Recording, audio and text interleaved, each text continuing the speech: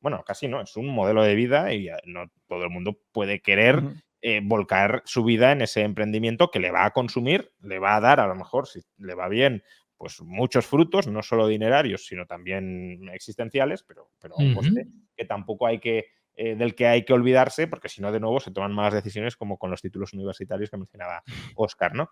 En este proceso de clases medias descapitalizadas o al menos de nuevos jóvenes que acceden a la vida adulta y que no están siendo capaces de capitalizarse, ¿qué responsabilidad? El individuo puede tener su responsabilidad, pero ¿qué responsabilidad le atribuís a la política y a las medidas políticas que se han tomado? Y os pregunto por ellas en concreto, no de manera genérica, sino, oye, ¿cuáles, no?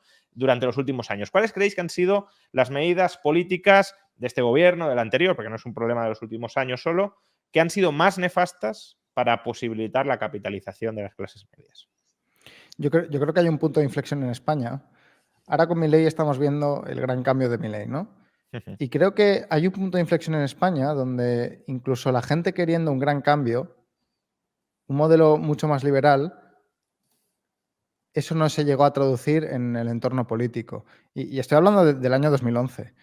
En el año 2011, recuerdo que María Dolores de Cospedal hizo unas declaraciones hablando de lo terrible que era que el PSOE había subido un 2% el IVA en la época justo post-crisis, y básicamente era un ataque constante al PSOE con razón de cómo de mal estaban gestionando la crisis de 2008 y de lo terrible que era poner más impuestos, que eso ahogaba a la gente.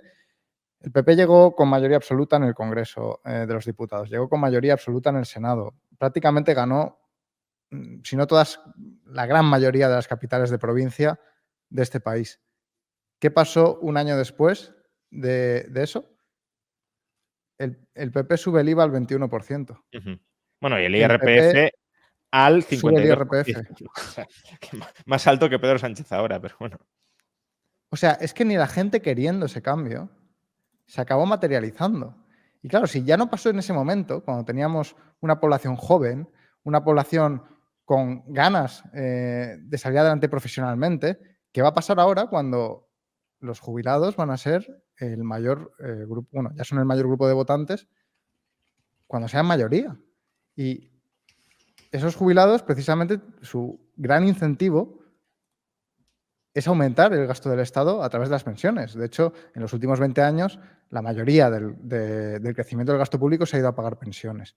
Claro, demográficamente, e incluso desde un punto de vista del marketing político, y probablemente eso es lo que explica también que Feijóo, que es un tipo así, algo mayor, que moderado, que tal, que en teoría es la gran oposición a Pedro Sánchez, sea a la vez también un tibio. Sea prácticamente lo mismo que el PSOE. Quizá cambian algunas cosas políticas, como su posición con Cataluña, su posición frente a Bildu, pero en cuanto a lo económico, tampoco es tan distinto. Recordemos que el PP de Feijóo llegó a un pacto hace un par de años con el PSOE para subir las cuotas de autónomos. Sí, sí. ¿Por qué? Pues por puro incentivo electoral. Ya no es solo que los jubilados vayan a ser el grupo más grande de votantes, sino que encima el peso de sus votos va a valer más. ¿Por qué? Porque los jóvenes, como hemos dicho antes, viven cada vez más en las ciudades. Por el sistema DONT, las ciudades tienen un sistema de representación más proporcional. Es decir, el voto según el porcentaje de ciudadanos es bastante equivalente. Sin embargo, recordemos que cada provincia, según el sistema DONT, tiene un mínimo de diputados que eligen. Eso quiere decir que si una persona vive en una provincia de, yo qué sé, de cualquier comunidad autónoma de Castilla y León, por ejemplo, aunque solo una persona viva en esa provincia, esa sola persona va a elegir a 2 diputados. Entonces, las provincias que se están despoblando, Teruel, por ejemplo, Teruel existe, todos los conocemos, van a tener cada vez menos población, población que va a ser mayor y población que va a tener un peso de voto mucho más grande que el de la gente de Madrid, que es donde viven los jóvenes. Además, como van a elegir solo a 2 diputados, esos diputados van a ser de los partidos más votados. Entonces, aunque haya un 15% de jóvenes en Teruel que quieran votar una alternativa, yo qué sé, el Partido Libertario, por ejemplo, tampoco se van a ver representados porque el el 85% restante van a elegir, pues, PP-PSOE, por ejemplo, ¿no?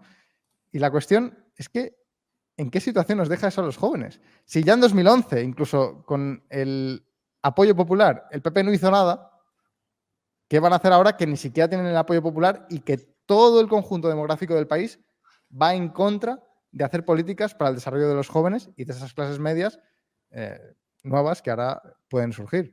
Pues no sé, yo lo veo bastante complicado. Bueno, no sé si por respecto a esto, yo lo que veía son que hay como 4 pilares, ¿no? Por un lado tenemos, como tú has dicho, la parte del gasto público, que eso además hay un incentivo muy maquiavélico y muy perverso para seguir incrementando el gasto público, porque además a los políticos al final les importan los próximos 4 años. Lo que pase en las pensiones dentro de 20 años no va a ser su problema, ya se comerá otro ese problema. Entonces, claro, al final bajar las pensiones o implementar un sistema en el que dé mucho más peso a las pensiones privadas, algo más parecido o algo parecido al australiano, europeo, otro tipo de sistemas, ¿no? Pues no hay un incentivo ahí. Esto lo que hace es eleva el gasto público, como ahí se eleva constantemente el gasto público. Además, tampoco nadie se preocupa de pensar en la optimización y se montan un montón de chiringuitos y de cosas que realmente a lo mejor no tienen un aporte, pero dan trabajo, dan votos, dan una serie de cosas, incrementas el gasto público. ¿Esto que obliga? A incrementar la presión fiscal. Tienes que subir los impuestos, tienes que subir tal. Esto hace que la gente tenga menos dinero efectivamente en su bolsillo, también que los empresarios tengan que pagar más para que luego les llegue menos a ellos, con lo cual ahí se retroalimenta. Y luego, por otro lado, tenemos otras 2 cosas que yo considero muy importantes, ligado con el tema de los empresarios, es el tema del trabajo, que yo lo he visto mucho. Al final, las leyes laborales, como también cada vez protegen, digamos, más al empleado, eso también es un problema, porque tú a la hora de contratar te lo tienes que pensar mucho más. Si sabes que no puedes despedir o que tienes mucha más dificultad para despedir, que tienes una serie de costes, que si hay unas bajas, pues tú tienes una serie de gastos adicionales, cuanto más se protege al empleado, también menos se dinamiza el mercado laboral, con lo cual también se contrata menos. Entonces ahí hay otra serie de problemas que también habría que gestionar de manera diferente, porque yo creo que esto no ha ayudado a que haya más contrataciones, sino que al revés, lo ha hecho peor. Y de hecho cada vez hay más gente, conocidos, oye, que se montan una LLC, que hacen no sé qué, que hacen un montón de cosas por pues no contratar a gente porque les parece muy costoso y muy arriesgado y hay veces en las que realmente no se lo pueden permitir.